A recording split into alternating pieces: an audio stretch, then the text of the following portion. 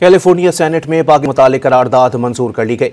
अमरीकी रियासत कैलिफोर्निया की सेनेट ने पाक अमरीका ताल्लुकात और रियासत कैलिफोर्निया की मईशत, माशरे और सकाफत की तरवीज में पाकिस्तानी कम्यूनिटी की खिदमात के एतराफ़ में तारीखी करारदाद मुत्तफ़िका तौर पर मंजूर कर ली। सेनेटर मलेशिया हर्नाटो ने पाकिस्तानी लिबास पहना और मेहंदी लगाकर ऐवान में ये करारदाद पेश की।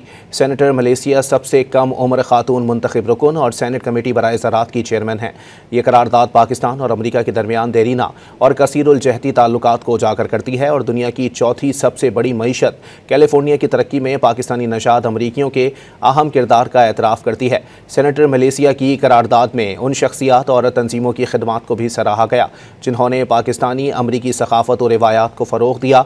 सेनेटर मलेशिया ने कहा कि अमरीका में पाकिस्तानी कम्यूनिटी की कहानी कुर्बानी, वक़ार और इस्तेकामत से इबारत है। उनका कहना था कि पाक अमरीका पार्टनरशिप मुश्तरका इक़दार, जमहूरियत, इंसानी वक़ार पर इस्तवार है। सेनेट से तारीखी करारदाद की मंजूरी पर सफ़ीर पाकिस्तान रिजवान सईद शेख ने सेनेटर मलेशिया और कौंसिल ऑफ पाकिस्तान की काविशों को सराहा।